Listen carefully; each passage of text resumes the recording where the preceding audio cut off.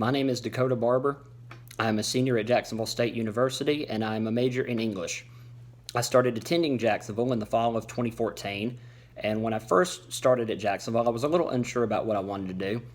I went from being a history major to a physical therapy major to psychology and on and on and on, and then I got to where I wasn't really sure what I wanted to do. I kind of found myself doing what other people wanted me to do, and then it kind of occurred to me that I should have just done what my interest was in all along, and that's English. I've always loved reading for pretty much my whole life. I think that reading is fascinating. Not only do you discover new worlds and new characters, yes, they're fictional, but still it's very imaginative, and you learn about all these great authors like J.R.R. Tolkien, C.S. Lewis, many more. And I just think that reading can help you learn new words and become smarter and can spark your own imagination inside of you. And what I'm looking forward to doing career-wise is journalism. I think I'm aiming towards journalism because I just think that would be interesting and a good way to learn how to become a efficient writer. And I'm planning to graduate December of this year, so it'll be here soon. I'm looking forward to it. So the poem that I'm going to be discussing today is Fire and Ice by Robert Frost. Now, as we know, Robert Frost is one of the greatest poems ever, and I had never heard of this poem before, but looking at it and reading the 9 lines, it's very short and sweet, but despite it being short, there's a lot to dig into and a lot of things that you can find to apply into your own life, and then I'll get into that in just a second. But the 3 morphology terms that I'm going to be discussing with you guys are grammatical homonyms, generalization, and specialization. So what grammatical homonyms are they're grammatical indicators that may look and sound alike but don't necessarily function in the same manner. Generalization is defined as giving more general meaning to a narrow term, and specialization is defined as giving narrow meaning to a general term. And so I'm going to get into those now. So with grammatical homonym, in regards to the poem, I have to make sure the lighting's good in here. In regards to grammatical homonyms with fire and ice, fire and ice obviously are the only really things that you can talk about, and we're going to find that the 3 of these kind of repeat themselves. There's a little bit of difference between them, but they're going to kind of roll around in the same type of narrow area a little bit. With grammatical homonyms, fire and ice are used in a very interesting way. So fire in real life, for example, can be used in the sense that someone's starting a bonfire. And what do we think of when we think of bonfires? We think of it being a light of kinship. And what I mean by kinship is that, when you say, hey, I'm going to start a bonfire, you want to come? Thought about getting a group of people together. It's a bonding experience with you and some friends and family, and you grill out s'mores, grill out hot dogs, you just catch up and enjoy the nice fire. That's just what we can think of with fire. It gives us a warm, sensational feeling. But in the poem, fire is used as a means of destruction.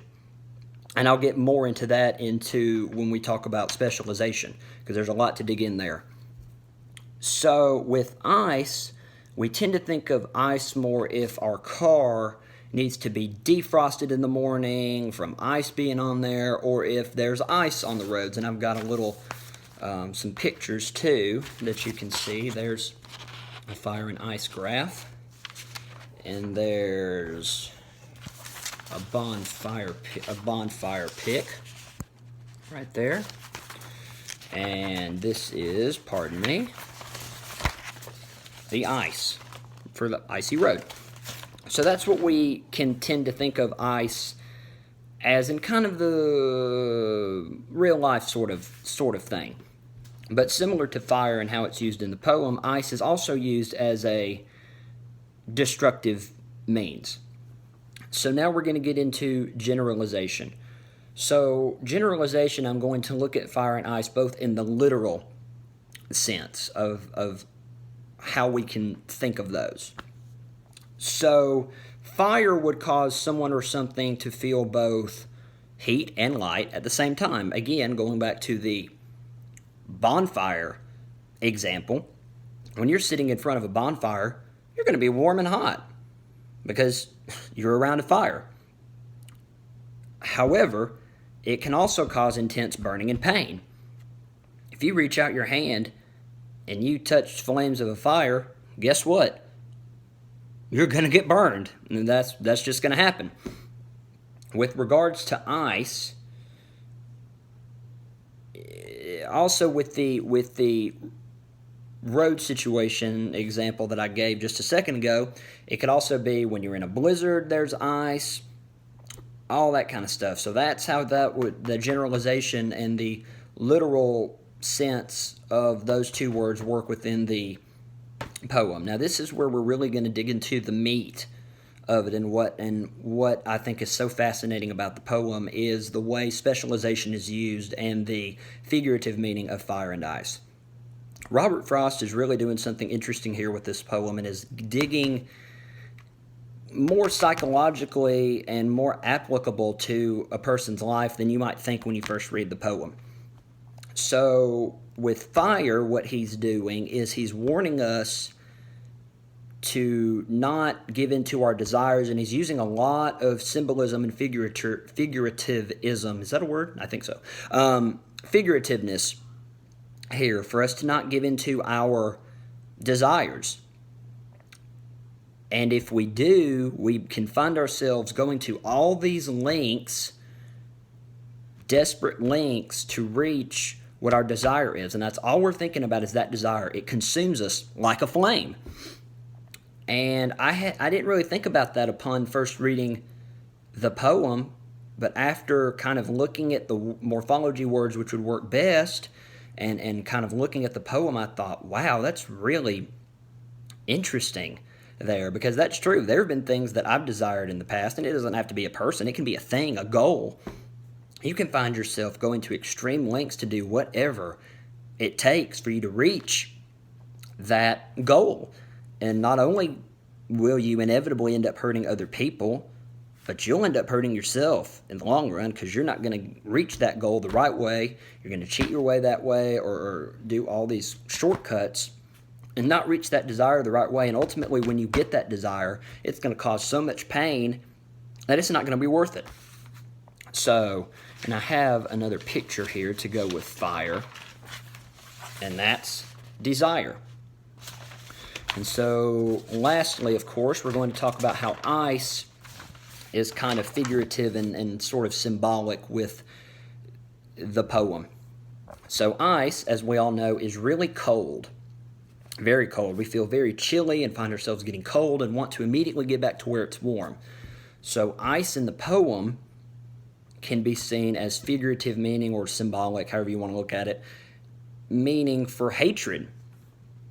And I found that interesting too, because when we find ourselves becoming hateful, bitter, I kind of link hate and bitterness as brothers, so to speak. So we find ourselves becoming very cold-hearted. That's cliche to say, but it's true. We find ourselves becoming so cold-hearted towards things and life and ourselves and looking at things differently. And Robert Frost warns against, hey, don't give into hate and become icy and cold, because that's going to bring about destruction even more so than desire will.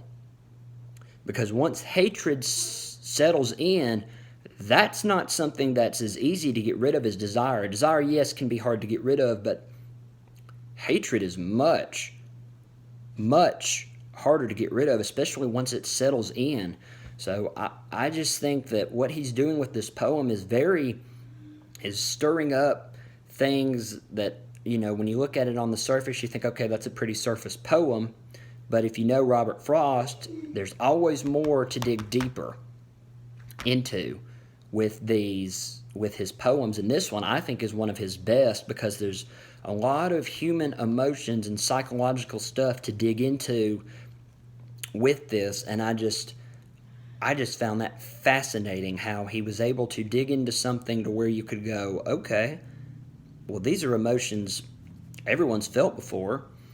So that's going to resonate with you in some form or fashion. And especially if you're might be dealing with that now, it might make you go, wow, I really need to work on some stuff. So I just found that really fascinating. And I haven't shown the one for hate and how it's fixed in the little graph I found, but get a good look at it there. It's not. So, in conclusion, I think that this is one of his best poems. I think it's a poem that is, as the other cliche saying is, short and sweet.